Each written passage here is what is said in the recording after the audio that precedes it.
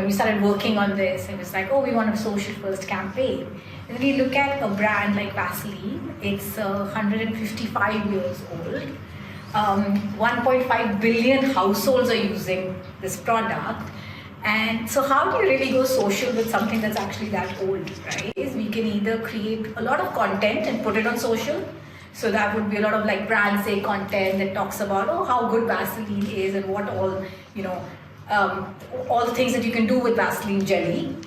Put it there and, or, give briefs to influencers and create more influencer content. Or we can actually look at what's actually happening online. And the truth is, with these 1.5 billion people, there are millions of posts that already exist as well, right? Online, of people using hacks and using Vaseline in the craziest of ways, right? Good, bad, whatever, right? So for us, it was like, how do we jump on that conversation and as a brand let go of that control and truly embrace being social first, which is letting it in the hands of the creators, of the consumers, because it is their brand. And then that's where we start riding on the wave, and that's where we go on. Right? When we starting looking after the project, realize that a lot of contents that already exist, especially hacks, people using Vaseline for many things.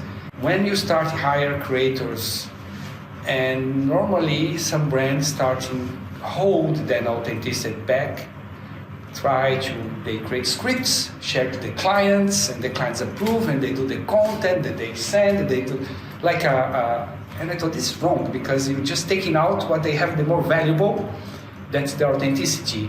It should be a different way to use them. And one day this idea came out, oh, we don't need to create contents, let's just verify their contents. You can just stamp them.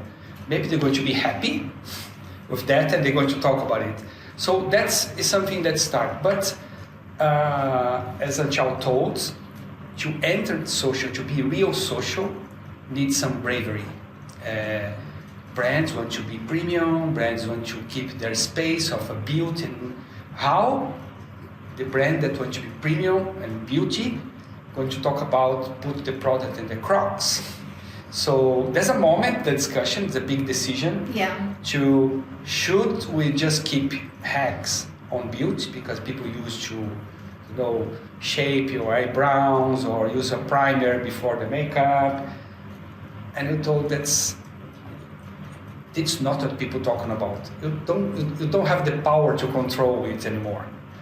Okay, if you need to do social, you really need to embrace the chaos. Yeah. And just move forward. I think this is a very important setup that's opened doors for this campaign that starts local, becoming a global campaign hit, and are big results. Yeah. And I think it's a great blueprint actually, if you look at it, for big brands, because everyone talks about them, right? Where we come in thinking that we're always talking to the consumer and we are creating a lot of content.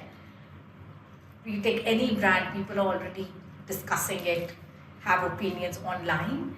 I think it's really brave for a brand, Vaseline, that many years old, to come in and actually let go of control and say, as Unilever, we are not going to touch it, we're just going to organize it. We're going to verify what's right, we're going to unverify what is not right, like you can't eat Vaseline, and so all the 750 people who were eating Vaseline know that this is not safe. So we're actually letting it flow, but we are coming in to be what a brand should do, is actually give the right information, tackle misinformation, but not force our way into it. And I think that was it was very brave of the clients to actually take this idea, embrace it, and let us actually give us the freedom to continue, building on it and working on it. Yeah, you create another word for building, like a nurture the idea. So starting really going deep, and you realize that you really solving a problem that is a contemporary crisis, like the trust. So a new generation use TikTok, social media, Instagram as a Google. So I have a dark spot, so what can I do? and they have a lot of information. So information that's good, information that's not good, and it's really creating a important problem. There are a lot of articles that you realize that talk about hacks that people use, is a very unhealthy, and you see like, oh, more than just embrace these hacks, you're doing something good for society. So it's bigger than just a product campaign.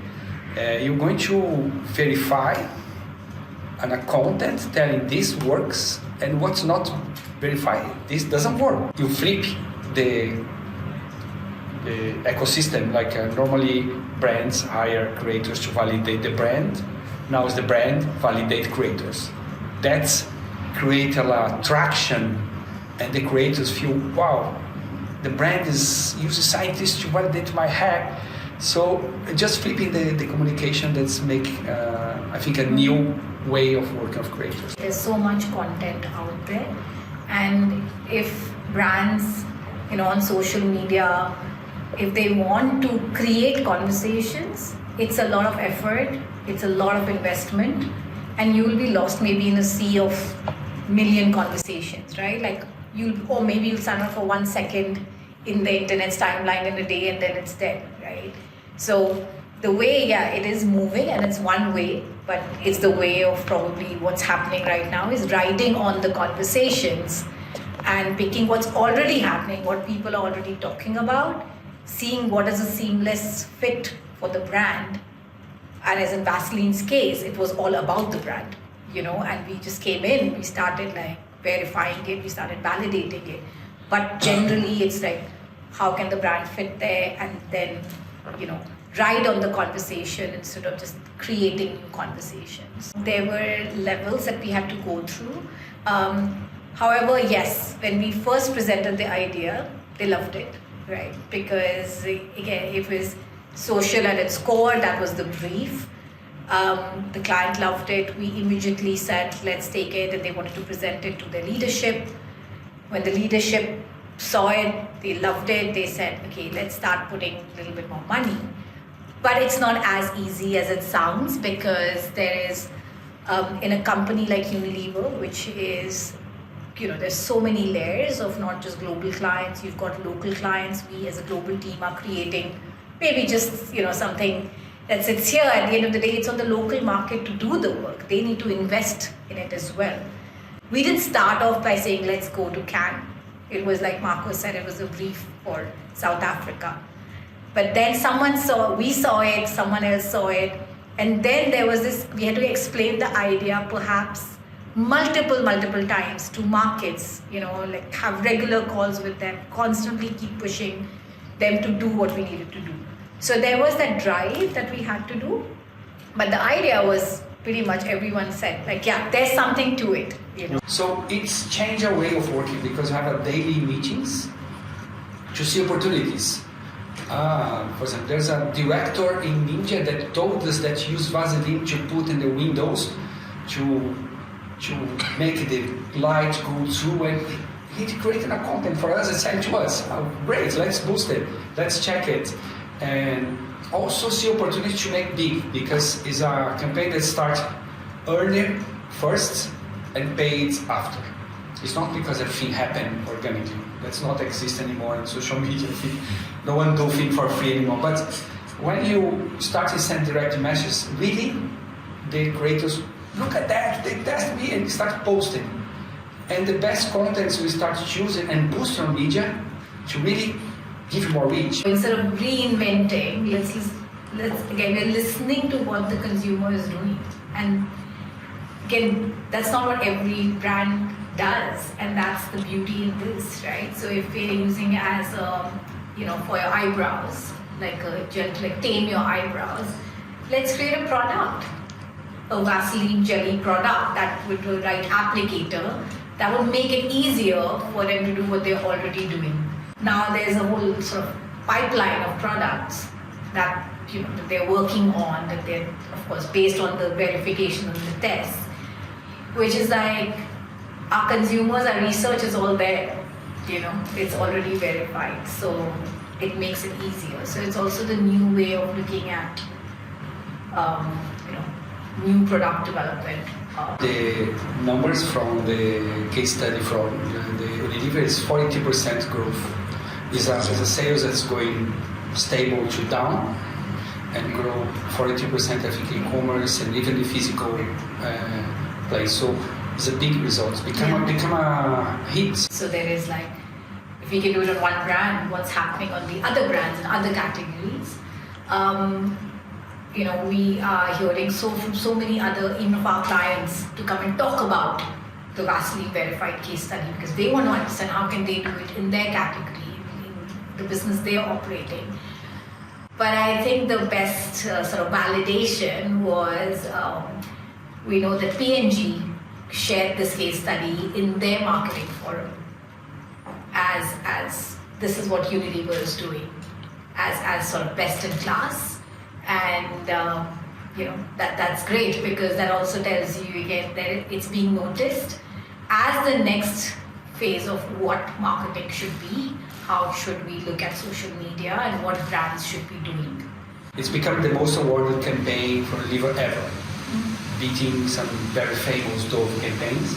There's also been a lot of chatter in our industry, right? Like what's the future of creative industries? Can brands brand directors just work directly with creators, right? Like, do they need the agency? This really proves that one, there's space for both. When there's a great idea, but it's also, feeding them. It's helping build their profile as well. That's what brands do. So I think it also shows, like, for our own industry, there is a space for creative agencies to come in, organize the chaos, come in with a great idea, and creators are our means, are the new form of media anyways to take our message to the consumers. Well, it's my first time, so first time for Singapore. First time for all of us. Was being... Literally, we entered Titanium on the last day. When I saw the presentation, because we do a live presentation, it's not an emotional campaign, but I cried. Me, a client, cried because you thought, my God, you did something powerful. You really see the powerful, and you see the CMO, talking about how it transformed the brand. It thought, well, it's not just a joke that people laugh, but and I started to have some expectations about Titanium. But Titanium is something very hard to win because imagine 6,000 submissions just for. I don't think we were expecting. We were like, okay, let's just make sure we win something because we made so much effort. But to come back with 2 Grands Prix, 1 titanium, a gold, silvers, bronze is just mind-blowing. To what we've come back with, like the haul is amazing. A lot of our winners purpose, saving, defending, the women, all the things. And people is missing a little bit the advertisement, selling products, selling the benefits of the product. It seems like this is things of the past. If you see the Verified, it's just a bunch of demos. Just people show how to use the product. One thing that I was sure, and I championed a lot internally, that it can become a benchmark for social.